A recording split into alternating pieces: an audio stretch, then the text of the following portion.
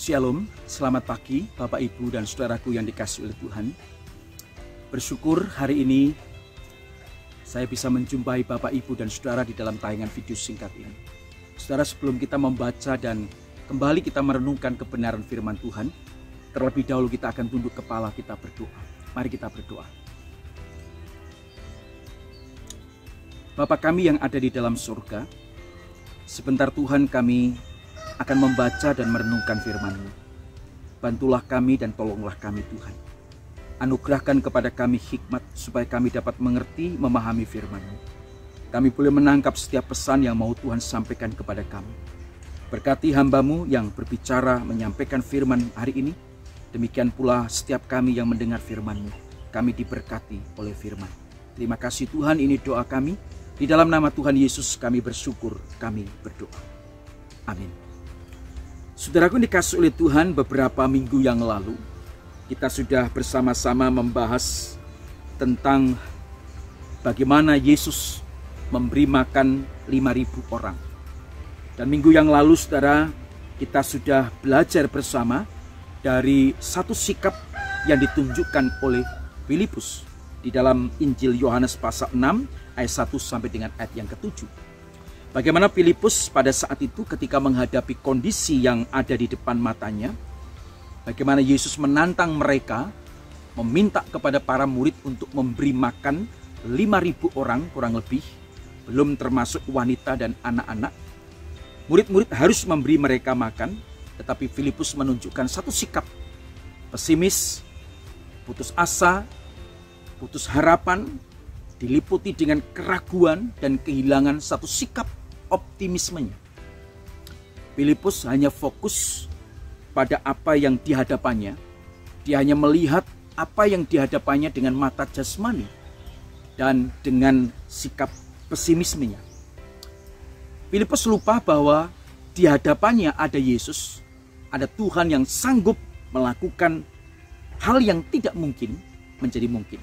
Nah, itulah sikap Filipus yang penuh dengan keraguan, yang menjadi seorang yang pesimis. Nah, kali ini saudara, kita akan melanjutkan pembahasan kita dari sikap murid yang kedua. Seorang bernama Andreas yang adalah saudara dari Simon Petrus. Mari kita melihat Yohanes 6 ayat 8 dan 9. Jikalau Bapak Ibu dan saudara sudah menemukan Yohanes 6 ayat 8 dan 9, maka saya akan membaca untuk Bapak Ibu dan saudara. Demikian bunyi firman Tuhan. Seorang dari murid-muridnya, yaitu Andreas, saudara Simon Petrus, berkata kepadanya, "Di sini ada seorang anak yang mempunyai 5 roti jelai dan 2 ikan. Tetapi apakah artinya itu untuk orang sebanyak ini?" Saya akan membaca ayat yang ke-9 lagi. "Di sini ada seorang anak," kata Andreas, "yang mempunyai 5 roti jelai dan 2 ikan. Tetapi apakah artinya itu untuk orang sebanyak ini?" Nah, saudara, berbeda dengan Filipus, Andreas adalah seorang yang berinisiatif. Karena itu tema kita pada hari ini adalah Andreas, seorang yang berinisiatif tetapi pesimis begitu. Nah, sekali lagi saudara, kalau Filipus seorang yang pesimis tulen gitu ya, dia penuh dengan keraguan. Dia mudah sekali putus asa. Dia mudah sekali putus harapan. Sudah tertutup semuanya begitu. Tetapi Andreas di dalam menghadapi keadaan pada saat itu, mereka harus memberi makan 5.000 orang, belum termasuk wanita dan anak-anak. Andreas menunjukkan satu sikap atau punya sikap berinisiatif. Ada ide, punya gagasan. Nah, Andreas menemukan seorang anak di dalam cerita itu. Seorang anak. Nah, di dalam terjemahan lain dikatakan seorang anak laki-laki. Bisa dikatakan itu adalah seorang anak laki-laki budak begitu ya. Dapat pula diartikan bahwa anak laki-laki ini dari keluarga yang sederhana. Atau dari keluarga yang tidak terpandang. Dari mana melihatnya? Dari apa yang anak ini bawa. Yaitu 5 roti jelai dan 2 ikan. Itu merupakan makanan orang-orang kalangan kelas bawah. Atau orang-orang yang miskin pada saat itu. Nah, dan ternyata saudara, kita melihat di sini bahwa anak kecil ini itu ikut di dalam bilangan orang yang berbondong-bondong mengikut Yesus. Anak ini ada di sana. Dan pada waktu Andreas mendengar bahwa mereka harus memberi makan orang-orang yang ada di sekitar Tuhan Yesus pada saat itu, Andreas berespon, di sini Tuhan ada seorang anak yang membawa atau yang mempunyai 5 roti jelai dan 2 ikan.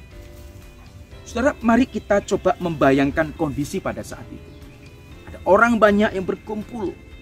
Mungkin anak-anak banyak, wanita juga banyak, saudara. Nah, disitulah terjadi satu dialog yang sangat menarik antara Tuhan Yesus, Filipus, dan Andreas. Yesus berkata, tidak perlu mereka pergi mencari makan. Kamu harus memberi mereka makan. Nah, kemudian Filipus berkata, roti seharga 200 dinar tidak akan cukup Tuhan untuk mereka. Sekalipun mereka hanya sepotong kecil masing-masing dapat bagian. Tetapi kemudian Andreas berkata, di sini Tuhan ada seorang anak yang mempunyai 5 roti dan 2 ikan.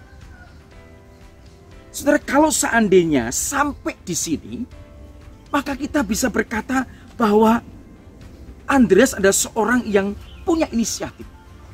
Andreas adalah seorang yang memiliki ide, yang kreatif. Dia tahu mereka harus memberi makan. Dan tidak mungkin, saudara, mereka keluar untuk cari makan. Sudah malam. Di mana mereka mendapatkan roti sebanyak itu? Dan Andreas menemukan ada seorang anak kecil yang membawa 5 roti dan 2 ikan. Tetapi rupanya Andreas selanjutnya berkata, saudara, tetapi, kata Andreas, tetapi Tuhan, apakah artinya itu untuk orang sebanyak ini?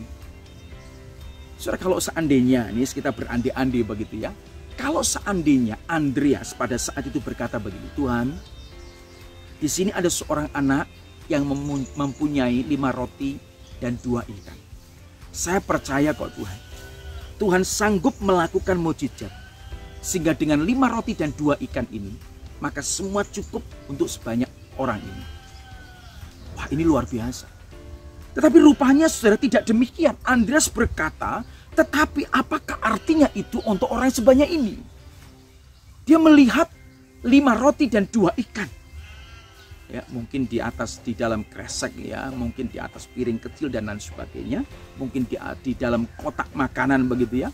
Ketika Andreas melihat 5 roti dan 2 ikan di dalam kotak makanan anak ini, dan kemudian melihat orang banyak yang ada di sekitarnya, Andreas berkata, tidak ada artinya ini. Percuma saja. Ada roti 5, ada ikan 2, percuma kalau dibandingkan dengan orang sebanyak ini. Saudara sekalian dikasih oleh Tuhan, Andreas memang seorang yang berinisiatif, seorang yang kreatif, seorang yang memiliki ide. Tetapi ternyata dia juga ada seorang yang dipenuhi dengan sikap pesimis. Andreas mengandalkan pikiran manusiawi, Andreas mengandalkan logikanya, Andreas mengandalkan kekuatannya sehingga dia tidak berdaya meskipun saudara dia menemukan 5 roti dan 2 ikan. Andreas tidak sadar bahwa betapa berartinya Yesus di tengah-tengah mereka itu. Andreas lupa bahwa Yesus adalah Tuhan, Yesus adalah Allah yang mampu dan sanggup melakukan banyak hal, termasuk dengan 5 roti dan 2 ikan itu, saudara. Saudara dikasih oleh Tuhan, kalau boleh saya katakan, Andreas adalah seorang yang pesimis. Seorang yang meragukan akan kuasa Tuhan, kuasa dan mujizat Tuhan. Sikap Andreas ini saudara sebenarnya adalah sikap yang sering kali ada pada kita, bukan?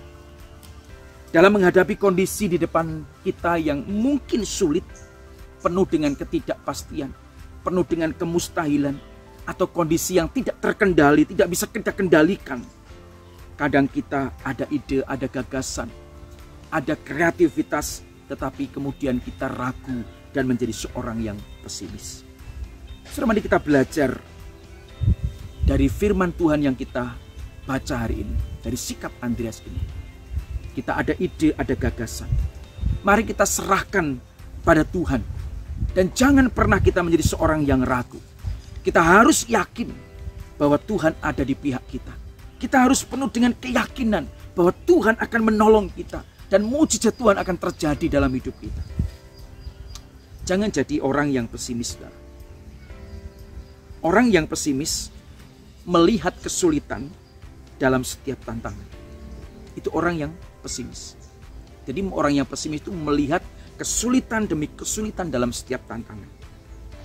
Sedangkan orang yang optimis selalu melihat kesempatan maju dalam setiap tantangan. Saudara, Rasul Paulus memberikan sebuah teladan yang baik bagi kita. Ketika Paulus menghadapi kesulitan di dalam pelayanannya, saudara, dia tahu tidak mudah. Hidupnya penuh dengan tantangan, pelayanannya juga penuh dengan tantangan, ya, penuh dengan pergumulan. Tetapi Paulus bisa tetap optimis. Paulus bisa menunjukkan bahwa dirinya tidak ada rasa takut dan gentar sedikit pun. Dia terus maju dan terus maju di dalam menghadapi setiap tantangan itu. Kenapa? Karena dia dengan penuh keyakinan bahwa Tuhan akan menolong dan menyertainya. Sebagai ayat penutup, saudara, saya ingin mengajak saudara untuk membaca Filipi pasal 4 ayat yang ke-13. Saya percaya saudara, ayat ini menjadi satu ayat yang sangat terkenal dan saudara paling sukai. Filipi 4 ayat yang ke-13. Paulus berkata, di dalam segala kesulitan yang dia hadapi, dia katakan, segala perkara dapat kutanggung di dalam Dia yang memberi kekuatan kepadaku. Segala perkara Paulus bisa tanggung, Paulus bisa hadapi semuanya itu. Paulus bisa menang. Oleh karena apa? Bukan karena dia hebat, bukan karena dia kuat, tetapi karena Tuhan yang menopang dia dan memberi kekuatan kepadanya. Saudara, percayalah, ketika engkau dan saya menghadapi pergumulan dalam hidup kita, saudara, kita tidak berjuang sendiri. Ada Tuhan yang selalu memberi kekuatan kepada kita. Satu syaratnya, ketika kita bersandar dan berserah kepada Tuhan, dan kita membiarkan Tuhan menuntun kehidupan kita, maka kita akan diberi kekuatan untuk menanggung setiap hal yang kita hadapi. Jangan jadi orang yang pesimis, tetapi jadilah orang yang penuh dengan optimis, karena Tuhan selalu ada bersama dengan kita. Mari kita berdoa. Bapa di surga, terima kasih untuk kebenaran firman-Mu. Seringkali Tuhan kami mengambil sikap seperti Filipus maupun juga bersikap seperti Andreas. Kami lupa akan Engkau ketika kami menghadapi kesulitan dalam pergumulan dalam hidup kami. Seringkali mata kami hanya tertuju kepada masalah, tertuju kepada pergumulan, fokus kepada apa yang di depan mata kami. Tetapi hari ini Tuhan, kami mau belajar bahwa di dalam segala hal yang kami hadapi ada Tuhan, ada Yesus yang selalu menolong kami, yang selalu memberi kekuatan kepada kami. Seperti Rasul Paulus, ia berkata segala perkara dapat ia tanggung karena Tuhan yang memberi kekuatan kepadanya. Hari ini pula Tuhan, kami berdoa setiap kami yang ada pergumulan dan masalah apapun dalam hidup kami. Kami mohon Tuhan, berikanlah kepada kami sikap untuk terus berserah dan bersandar kepada Tuhan. Jauhkan kami dari sikap pesimis, ragu, dan lupa akan Engkau Tuhan. Kiranya Tuhan menolong kami supaya dalam setiap hal kami terus mengingat bahwa Tuhan selalu ada bersama-sama dengan kami dan tidak pernah meninggalkan kami. Terpujilah nama-Mu Tuhan. Ini doa kami, demi nama Yesus Kristus kami bersyukur dan berdoa. Amin. Tuhan Yesus memberkati kita semua. Selamat beraktivitas. Amin.